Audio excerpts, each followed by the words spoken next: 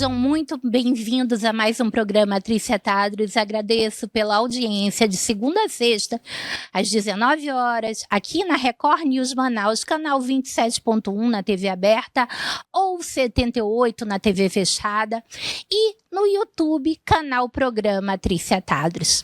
Hoje nós continuamos aqui com o advogado Jorge Pinho, que falou muito sobre a sua advocacia pública, né? Sua vivência na advocacia pública, ainda tem espaço para falar um pouco mais na advocacia pública, mas na advocacia privada, o que eu mais me recordo é de andar nos lugares e alguém vir aqui falar: cara, te agradeço muito, porque eu, recém-formado, te encontrei na Justiça Federal, ou te encontrei no fórum, ou te encontrei em algum lugar, com um processo que eu não sabia por onde começar, e você foi meu grande professor, meu primeiro professor que me deu a mão. E isso é muito frequente da gente encontrar pessoas que são gratas por terem sido auxiliadas por você nos primeiros momentos de advocacia. Como é que você se sente nesse momento, com toda essa experiência de advogado, com toda essa experiência de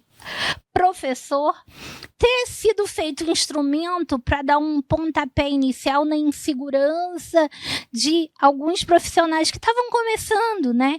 Que precisavam de alguém para conduzi-los para aquele pontapé inicial, né, para uma grande carreira.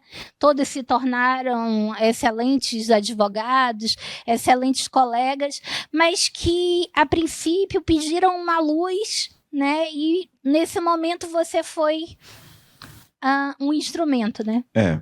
Isso é da questão de ser professor mesmo, de ter desde muito cedo começado, primeiro ensinando inglês e francês, depois ensinando direito logo que foi possível, formando alunos, e também Faculdade Newton Lins, a Uninorte, Escola da Magistratura, sim, onde mais? Em vários lugares. Em vários lugares, e episodicamente, porque também nunca gostei muito de faltar com as obrigações de professor.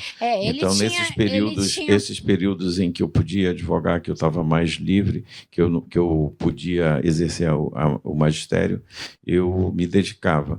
Mas todas as vezes que eu estive em comandos complexos e complicados, eu abandonava Não é que abandonava, é que não assumia um novo período, né? Exatamente. Não assumia um novo período, ao contrário de gente que assume e não comparece. Eu não gosto muito desse tipo de prejudicar os alunos. Então... Mas, e tem uma outra coisa, né, que fala muito forte em mim, sempre a questão de São Francisco, né? Eu acho que a gente precisa da gente servir, né, ajudar, fazer o bem. Isso sempre foi muito, muito importante. E a outra coisa também, eu recebi isso dos meus professores. É dando que se recebe. É dando que se recebe, né? Então, eu recebi isso dos meus professores. Na verdade, é como se você devolvesse aquilo que lhe foi dado de bom grado, né? Eu sempre já contei isso outro dia, em um outro episódio. Eu sou muito grato ao Odenei e o Elson Andrade, os dois, inclusive, porque eles foram que, em um determinado momento da minha trajetória na Procuradoria, decidiram que eu iria ser o subprocurador-geral do Estado, me levaram para conhecer o Amazonino e me deram os primeiros passos na condução da Procuradoria. E hoje, quando a gente pensa, né, na época, a gente achava que você era muito grande para assumir esses cargos, né? E hoje, quando a gente pensa, que é impressionante, que você era muito novo, mas tinha muita maturidade, né? Ficar procurador-geral do Estado em exercício durante vários períodos, né? Sobretudo um período de doença, né, do procurador-geral, com tão pouca idade, é uma coisa assim de um predestinado mesmo, né? Eu costumo dizer que Deus dá o frio conforme o cobertor, né? Então, e as coisas vão acontecer de acordo com a sua capacidade. Agora, uma outra pessoa que também foi determinante nesse processo foi o nosso queridíssimo e saudoso saudoso, aquela alma que não descansa jamais, que todo dia alguém, ai, que saudade do Klinger, né? Klinger Costa também. Klinger Costa também era um grande amigo que também... Um grande incentivador e uma pessoa... Foi uma pessoa que também pediu muito para te manter, né? Para o Amazonino te manter. Eu não diria que ele pediu, eu acredito que ele tenha sido uma das pessoas que influenciaram o Amazonino em me manter no cargo. Que carimbou o teu nome. O Klinger, essa é realmente uma alma que não consegue descansar. A vida me deu pessoas especiais. Porque...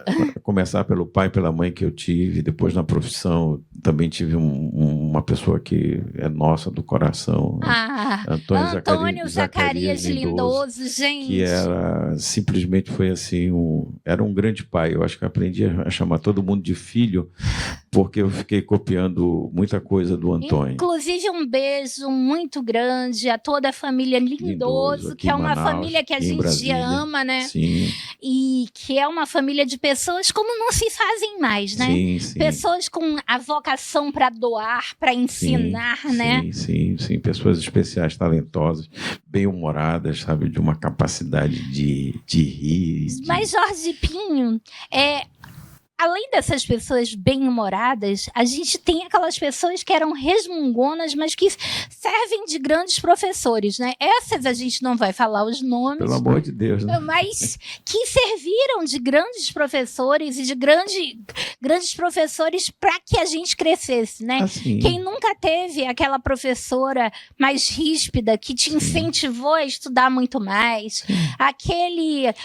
O grande professor não é o que facilita, né? É aquele que realmente cobra e exige e te tira da zona de conforto e te coloca no nível mais elevado. Nessa tua experiência como advogado privado também, né? Você teria grandes memórias de grandes momentos, assim, grandes defesas, momentos emocionantes, clientes emocionantes, né? Que deixaram marcas. Eu acho que Robert Dow é o primeiro. Eu acho que um dos mais importantes é Robert Felipe Dow, não é? Que não era Felipe, sabia dessa? Eu sei. Robert era só Robert Dow.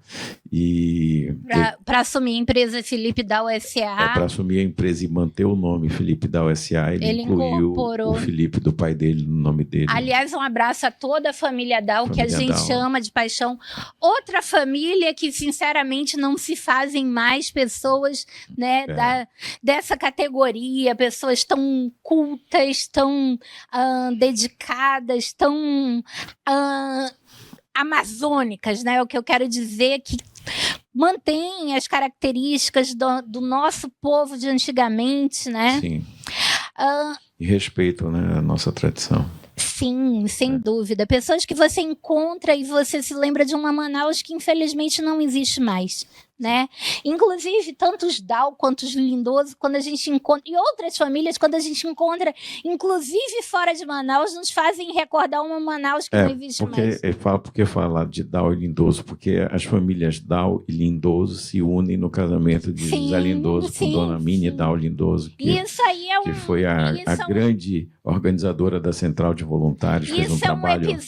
esse é um episódio para chamar nossa querida amiga Clara. Sim. Que você está me devendo chamar nossa querida amiga Clara, porque a gente tem homenagens a muitos governadores e muitas primeiras damas que aqui tiveram, mas eu acho que o povo não rendeu as homenagens suficientes a esse casal, que foi um grande casal, não só José Lindoso, que começou seus trabalhos no SESC, deixou uma grande marca no SESC, porque o SESC tem um papel social muito importante, e depois como governador, José Lindoso fez toda o plano de expansão da habitação, né, em Manaus durante ali os anos 80.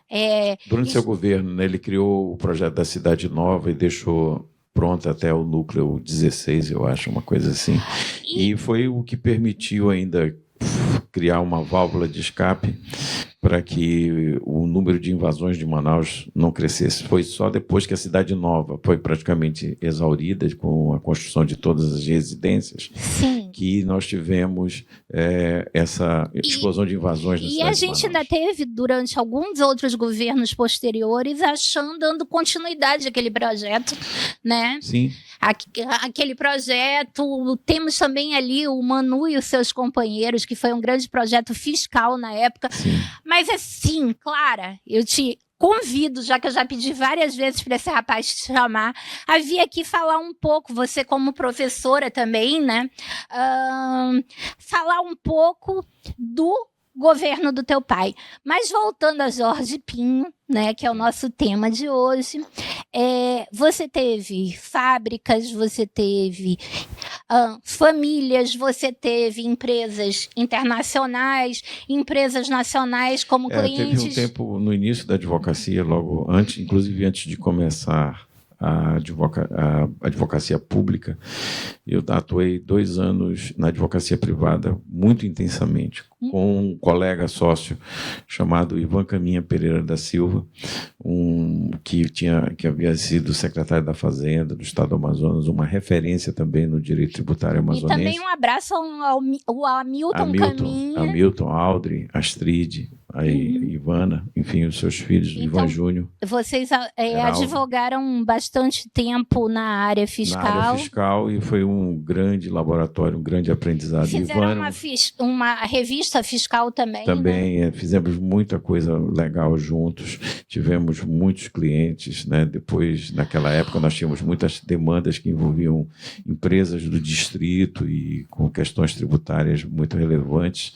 Foi assim, uma fase de muito crescimento, de muito aprendizado. Depois desse período, já na Procuradoria, um tempo depois, foi o GG Lins, né, que também foi um outro parceiro, e depois já foram os meninos, como eu chamo, e aí, né? Depois, por último, eu já Fábio consegui Garcia, Fábio reunir Veras, e recrutar alguns colegas procuradores. Fábio Garcia, Clóvis Smith Frota Júnior, 2 gênios, né, que me ajudaram muito na advocacia, pessoas com quem eu aprendi muito. Sei contar naquela figuraça, né, que era a especialista em direito de família, a irmã da nossa querida Vera Frota, Veranice Frota. Sim, querida Veranice, um beijo. Enfim, então montamos o escritório e fizemos muita coisa legal. E como sempre você fez quando assumia a Procuradoria, desmontava o escritório. Jorge Pinho, eu acho que você é o único que sempre É porque eu não sou multitarefa, né? Eu não sou multitarefa. Não, mas também pelo fato de que você não quer ficar ligado a supostos favorecimentos. Aconteceu em algumas vezes na minha carreira, né? Por exemplo, já começando ali com o Ivan, na hora que eu fui aprovado no concurso da Procuradoria, eu comecei a sentir. E logo em seguida aconteceu um fato histórico interessante. A Procuradoria da Fazenda, ela foi extinta. Houve um problema, um escândalo à época, e o Amazonino extinguiu a Profaz. E a atuação da Profaz, que era a arrecadação tributária, passou a ser competência da Procuradoria-Geral do Estado.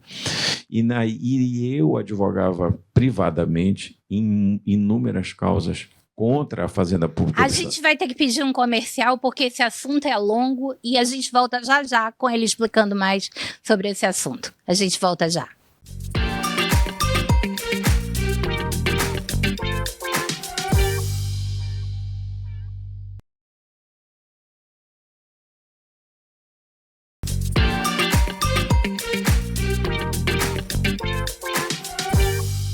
Voltando aqui nesse segundo bloco, concluindo a história, onde eu vou deixá-lo falar sozinho, sem interrupções, porque são muitos temas e é importante que se fale a respeito deles.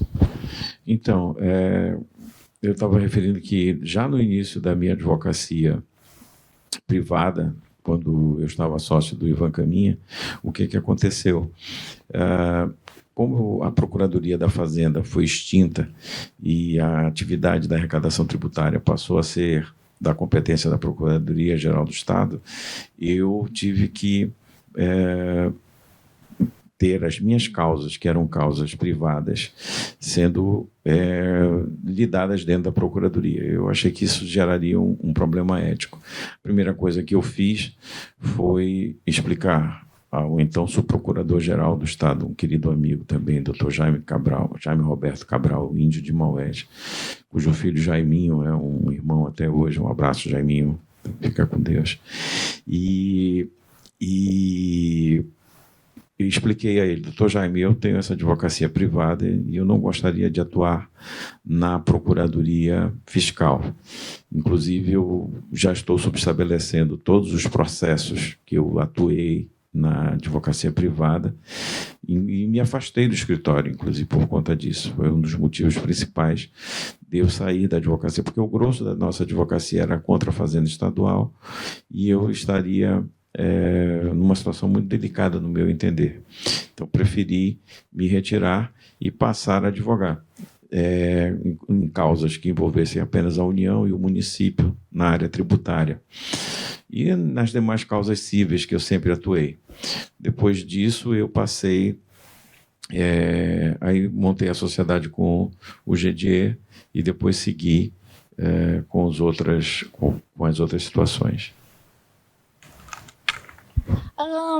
Nesses períodos que você esteve como procurador-geral ou subprocurador-geral ou subsecretário de governo, você fecha o escritório e você se dedica somente à advocacia pública e depois, quando você sai desses cargos, você recomeça tudo de novo, tudo do zero. É uma característica minha. Eu não gosto de misturar a minha atuação privada e pública. E é o mesmo problema, por exemplo, do compromisso com dar aula. Eu acho que eu sou muito...